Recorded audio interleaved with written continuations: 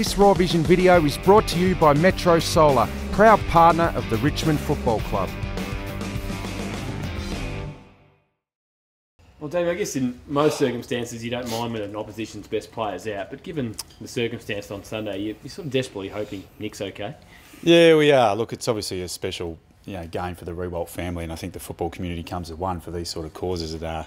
Look, it is one of those occasions where Nick being such a prominent player within his side and such a special game that you do hope he's available to play. So, look, funnily enough, our thoughts are with him and our prayers are with him that he gets up to play in this significant game for him and the Riewoldt family, because he's such an important player. How will Jack handle the game, do you think? I mean, there's obviously extra emotion there for him.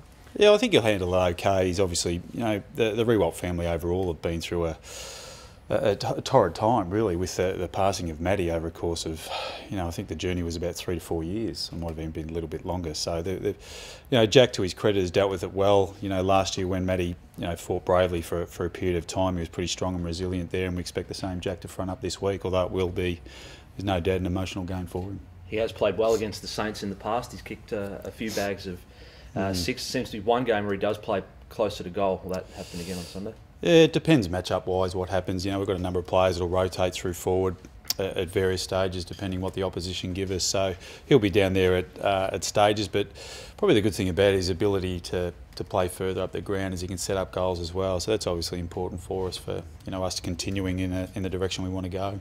Do you have to change much up forward, obviously with no Ty?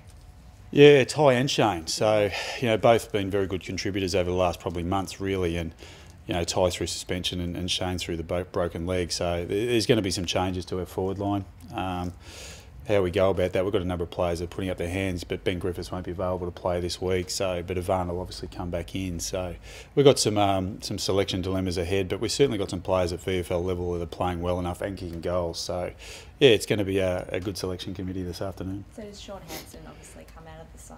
He played pretty well, so he'd be a bit stiff, I guess. Yeah, for mine he's in. I thought he played an incredible game. He's one of our better players on the night, so he'll stay in. So we'll try the 2 rucks and see how that goes. We haven't played it at various stages, but with our key position stocks, Ben being injured, Ty being suspended, we've probably got an opportunity to see how it goes. And Ivan's played forward at various stages before, kicked goals, so we'll see how that transpires on the night. Did you reluctantly, accept Tyrone's suspension, or when you looked at it again, was it pretty clear cut? Oh, listen, it was one of those ones. The action itself wasn't too bad. No, those blocks do happen, throughout the course of the day. But we know that if you choose to bump or block and damage occurs to the player, unfortunately, sorry, I just spat on you there. Hasty point. Yeah, that we do know that action, warrants a suspension. And look, whilst we're disappointed, and we spoke to Ty just about the nature of the event, unfortunately, if the injury occurs, we're aware of that. And the same with the sling tackles that's now happening.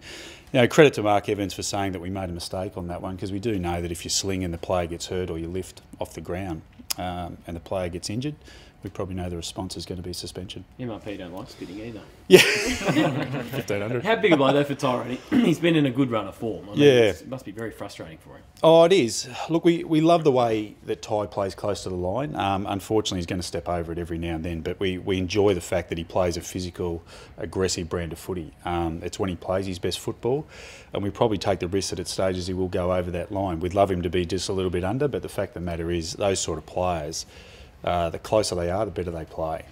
As a team, are you purposely playing more on the edge? I mean, we've seen Trent very aggressive in the last 6 or 7 weeks, and you've had a couple of suspensions. Is that something you identified to take your team to the next level? Yeah, I think overall our side, we prefer them playing that that aggressive style of game, and I think you notice the best sides do it, whether it's from a physical harassment point of view, from an intimidation point of view, and it's something our guys have taken on board and grown with. And it's been something that's in the making of a period of time, but it's also in the recruiting players that we bring to the club, hard and tough units. And I still feel that's the best way to play footy and get the results you're after. How hopeful are you of cracking the top 4 on the ladder? Oh, well, listen, it would be nice, but as I said previously, we just go within our block of 4. We're 2-zip at this stage, got another 2 games, and St Kilda are, I think their last 5 there. Sorry, they're 2-2 over their last 4, but they've been playing some good footy as well. And, they're an experienced unit. They've got some youth sprinkled through there, but you look at their back 6, those guys have been to grand finals. So it's going to be a tougher game. People are taking credit away from the Saints, but believe me, we know we're in for a tougher encounter this week. It must be nice though this time of year, as you said before, with selection dilemmas and guys performing strongly.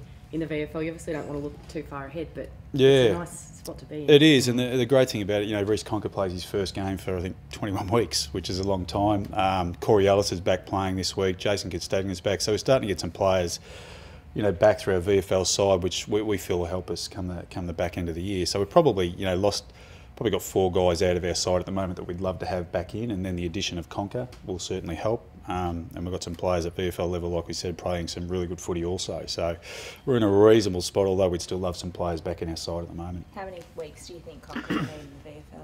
It depends. If he gets 30 this week, he might be straight back in. But look, from our point of view, he hasn't played for a long period of time, so he's probably looking at a 3-week block. We've made the mistake previously about putting him in straight away, and he's broken down again, so we'll probably give him a 3-week stint there, which will probably break his heart, but bad luck, Reece. Pressure, a big thing against the Saints. They turned the ball over a lot against the Giants.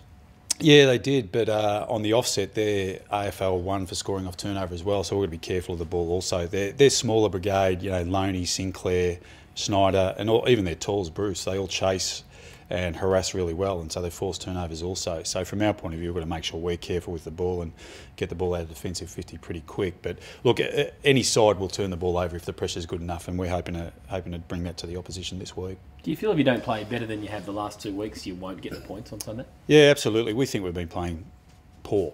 Nowhere near to our standard. I wouldn't say poor, but we've been getting over the line, playing nowhere near as well as what we can, and we've got to lift the bar to perform on a regular basis. So, defensively we've been happy with our games. Offensively we've been sloppy at various stages. Our inside 50 kicking last week was as poor as it's been for 2 to 3 years. We had 52 inside 50s, kicked 10 goals. We probably had 6 or 7 goals where, my son's under 18 side could have done a better result converting those chances. But from our point of view, we've got to get better. And if we continue to play at the level that we are at the moment, we're going to get beaten. It's a good question. Beautiful. Thanks, guys.